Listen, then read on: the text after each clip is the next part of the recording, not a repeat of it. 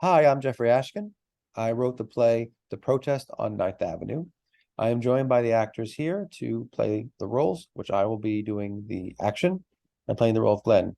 I have Jeff Bratz, the character of Steve, Maggie Gagliardi, for the role of Cindy, and Craig Weinstein in the role of Jackson. Here we go. Scene 1. City sidewalk, exterior, day. The curtains open on a sidewalk of a major city. A door on a building nearby has a sign that reads, "To Parking Garage." A decrepit trash can sits next to it. To the right is a worn neon sign that reads, "Bar." Two figures emerge from the opposite sides of the sidewalk. They carry large folded up white posters and meet in the middle. Their names are Cindy and Steve. Cindy is dressed in purple. Steve is wearing worn-out shorts and a wrinkled t-shirt. He carries a small pink box under his arm as well. Hey, are you here for the protest too? Yeah, I brought donuts. Cool. Martin should be here soon to check us in. Oh, I thought it was Jack. He opens the box for her to take one. Thanks. Cindy reaches into the pink box and pulls out a purple donut. She bites into it. Purple's my favorite color. She smirks to herself and sits on the curb. Traffic is picking up a bit. Mind if I get started? She nods as she eats and makes a gesture to say, "Be my guest." Steve unfolds a sign to reveal the words, "Honk if you're against Garricles." He paces back and forth with the sign high in the air. In the distance, a car beeps its horn for support. All right. Yeah. Cindy finishes eating the donut and looks up at Steve's poster. She winces. What? Cindy opens her poster to reveal the phrase, "Honk if you support Garricles." They look at each other awkwardly. Steve picks up his box of donuts and goes to the left side of the street where Jackson and Glen, both 20s, approach. They each hold their signs as well. Hey, who's that? The other side. Yikes. I read online the Acetron factory downtown is going to get some of those Garricles tomorrow night. Wow, those bastards just can't wait. They're all terrible, man. They're all going to burn in hell. A car drives by the sidewalk and beeps its horn several times. Cindy whoops with joy as another protester joins her, Martin. Yeah, thanks for your support. Sorry to break it to you, but that honk was for our side. You're wrong. He turned the corner and looked at our sign.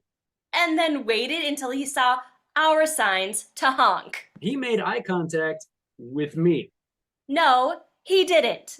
You're imagining things. Jackson pulls Steve away from her. They hold their signs in silence. A pedestrian carrying a bag of groceries walks by Cindy and Steve. Vote yes for Garricles. They'll help tons of people. Vote no for Garricles. They will ruin this country. Ugh, you're both the same. The pedestrian walks away. Both Cindy and Steve share a laugh. Wow, what a moron. Yeah, that guy sucked. We're nothing like you. Yeah, your group is made up of snotty, pretentious, entitled assholes who want Garricles to destroy the country. And your group of anti-education, anti-establishment idiots don't want it because it's part of the government, and the government is inherently evil, right? You're blind. Garricles is part of their plan to control us. Wow, what a surprise! You're a conspiracy theorist too. You wouldn't say that if you did the research. You'd understand how big this thing is. It's global. Oh, it's so big they're allowing you to protest publicly instead of killing you? Can't be that big, genius. I'll show you proof. He takes out his phone. Oh, on your phone from a website with tons of pictures and text? Or a 40-character tweet in capital letters? Oh, you want that kind of evidence, huh? Fine. I'll bring it all tomorrow. Doubt you'll read it. If you bring it, I will. They shake hands. Steve tucks his phone back in his pocket and checks his watch. It falls off his wrist. She reaches down and hands it back to him. Their fingers touch for a brief moment. There's an attraction there. She breaks away from him. Thanks. They walk back to their separate protest groups and continue protesting as the lights fade to black. Scene 2. City sidewalk, exterior, day. Cindy arrives on the left side of the street with her sign. Steve enters with his group on the right. He approaches her carrying several books. He now wears a button-up shirt and black dress slacks. His hair is combed too. I got some reading material for you. Oh, let me see. Nice outfit, by the way. Steve hands Cindy all his information. Cindy glances over the cover of a book. Glen and Jackson look at them suspiciously. Wasn't this author arrested for tax evasion? That was many years after he wrote about the evils of Garicles. Well, this source is pretty biased. If you know this guy gets money, you know this guy gets money if Garicles never comes into the country. Just read it. I'll be over there. Jackson approaches Steve. He motions for him to come near him. Doing? Why are you wasting your time talking with one of them? I think we can get her on our side. Jackson searches his eyes. He doesn't believe him for 1 second. Sure. That's why you were talking to her. Steve scoffs. He looks over and sees Cindy reading one of the books he gave her. After a few seconds, he gets anxious. He sidles back over to her curiously. I have to admit, didn't think you'd read. I kind of get what he's saying, but why do you, personally, hate Garicles so much? Does it have any effect on you? I told you. It's a way for them to control us. Okay, but if you don't use them, how would they control you with them? First, they introduce them. Then they introduce something else. Then something else until it will control our lives. Like the domino effect. Like how they tried to stop communism. How well did that work out? Another car drives by and beeps their horn. Martin and Jackson both cheer and then sneer at each other. I have to run an errand. Walk me to the parking garage?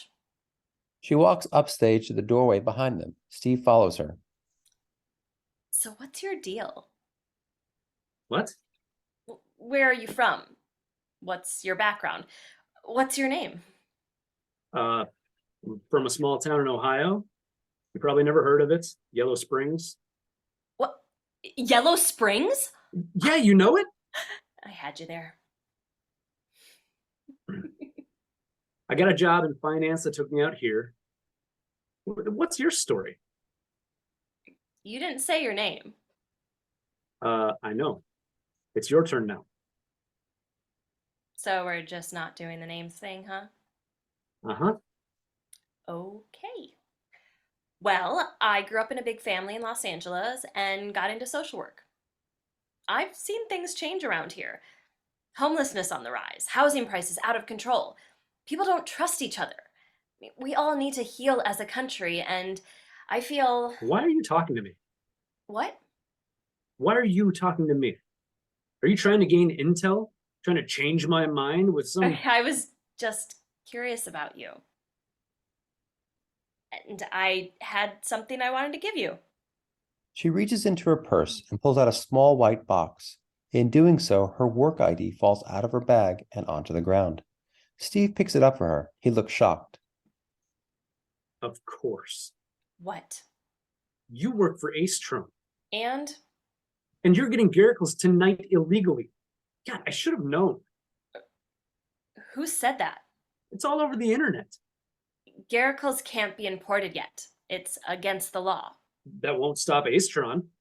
You work for a government contracted company. And government is inherently evil, right? You know what? Forget it. She tosses the box in the trash and grabs her ID from him. Steve is disappointed.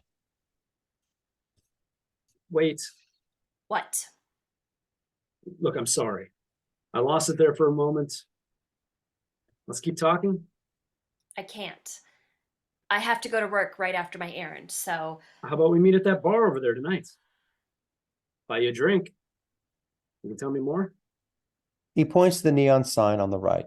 She takes a moment to consider his proposal. Please? Look, consider it a peace offering. Okay. 9 o'clock. Actually, wait, 9:30 is better.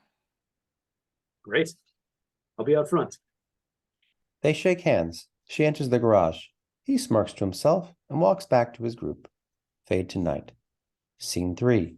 City sidewalk, exterior, night. Steve stands by the neon sign and waits. And waits. He checks his watch, which falls off his wrist. He realizes he's been stood up. He walks away disappointedly. Scene 4. City sidewalk, exterior, day. Steve looks for Cindy. He doesn't find her. He motions to Martin. Hey, where's your friend? Martin looks confused. The woman. She was here yesterday. Long brown hair, loves purple, annoying as hell. Martin looks down sadly and walks away. Jackson walks over to Steve. He checks to see if the coast is clear. I gotta tell you something. But you gotta keep it a secret. It's bad. Real bad, man. What? Glen and some of the guys torched the Acetron building last night. Jackson holds up his cell phone for Steve to see the picture. On the wall above them, it shows the picture of a burning building with 3 photos of the people who died in the fire. Cindy's photo is displayed. Steve focuses on her photo. All these people are dead? Yeah, and Glen is in jail. Poor guy. We're gonna do a fundraiser for his bail. Wait, she's dead? Yeah. It was a terrible accident. He didn't know they were in the building. Better them than us, though, right? Steve pulls away from Jackson. He walks over to the garbage can.